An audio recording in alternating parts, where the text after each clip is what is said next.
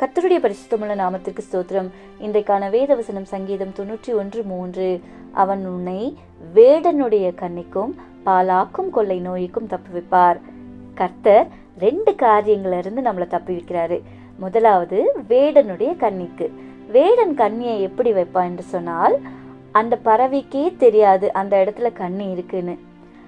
அந்த இடத்துல எந்த பட்சியா இருந்தாலும் கண்ணி இருக்குன்னு தெரிஞ்சா நம்ம ஆகாரத்தை வச்சாலும் அதுல உட்காராது, அது விருதாவாய் போகும். ஆனால் வேடன் மறைமுகமாய் வைத்திருக்கிற கண்ணி, நல்லா கவனிங்க, பிசாசு மறைமுகமாய் சில காரியங்களை வைத்திருக்கிறான். மறைமுகமாய் சில காரியங்களை இங்கும் அங்குமாய் வைத்திருக்கிறான். நமக்கே தெரியாது இந்த பிரச்சனைகள் எப்படி வருதுன்னு.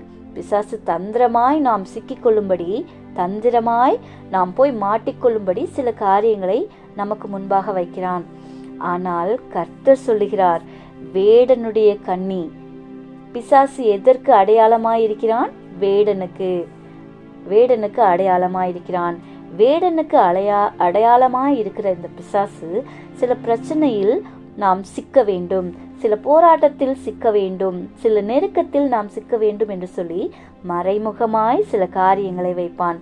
இன்னைக்கு நிறைய பேர் பாருங்க, நான் ஏன் இந்த பிரச்சனையில மாற்றேனே தெரியலையே, நான் ஏன் இதுல நிக்கிறேன்னு தெரியலையே, எனக்கு ஏன் இந்த பிரச்சனை வருதுன்னே தெரியல, ஏன் என் வாழ்க்கையில இப்படிப்பட்ட காரியங்களை அனுமதிச்சிருக்கிறான்னு தெரியலன்னு சொல்லுவாங்க. அது எல்லாமே நாம் கண்ணிகளை கவனிக்காததுதான். நன்றாய் கவனிங்கள். நமக்கு தெரிஞ்சு வர பிரச்சனைகள் சிலது இருக்கலாம், ஆனால் தெரியாம பல பிரச்சனைகளுக்கு கர்த்தர் நம்மை விலக்கி பாதுகாத்திருக்கிறார் என்பதில் எந்தவித சந்தேகமும் இல்லை. 2வது, பாலாக்கும் கொள்ளை நோய். கொள்ளை நோய் வந்தால் ஒரு மனிதனை பாலாக்குகிறது, அவனை அலங்கோலப்படுத்துகிறது.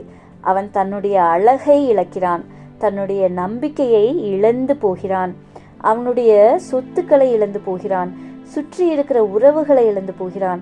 ஒரு நோய் வந்தது என்று சொன்னால் இத்தனை இழப்புகளும் அடுத்தடுத்து அலையா விருந்தாளிகளைப் போல தொடர்ந்து வரும். வியாதி ஒன்று வந்தால் போதும், கொஞ்ச நாள் உதவி செய்வார்கள், ஓடி போவார்கள். வியாதி வந்தால் போதும், திடீரென்று தங்கள் அழகை இழந்து இருப்பார்கள். ஐயோ, இவருக்கா இந்த நிலைமை என்று சொல்லி எல்லாம் பேசக்கூடிய அளவிற்கு வியாதி பாழாக்கும், கொள்ளை நோய் பாலாக்கும் என்று வேதம் சொல்கிறது.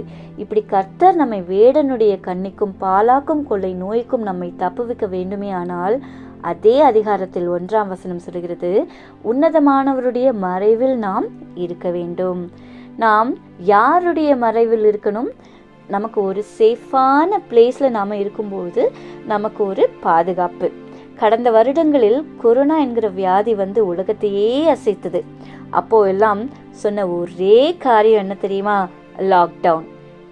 யாருமே வீட்டை விட்டு வெளியில வரக்கூடாது, யாரும் யாரையும் தொட்டு பேசக்கூடாது, மாஸ்க் போட்டுட்டு தான் வெளியில போகணும் என்று சொல்லி பல சட்டத்திட்டங்களை அரசாங்கம் நமக்கு கொடுத்தது. ஏன் அதை கொடுத்தது தெரியுமா? நாம் வெளியே வராதபடிக்கு, நாம் பாதுகாப்பாய் வீட்டிலேயே இருக்கும்படிக்கு. இன்னைக்கு நமக்கு ஒரு பாதுகாப்பு ஒன்று உண்டு.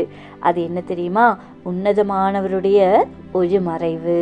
அந்த மறைவுக்குள்ளாக நாம் இருக்கும் பொழுது உலகத்தில் 1000 போராட்டம் வந்தாலும், நெருக்கங்கள் வந்தாலும், பிரச்சனைகள் வந்தாலும், எந்த காரியங்கள் நம்மை உடைக்க நினைத்தாலும், கர்த்தருடைய பாதுகாப்பில் இருக்கிற நம்மை எதுவுமே அசைக்க முடியாது.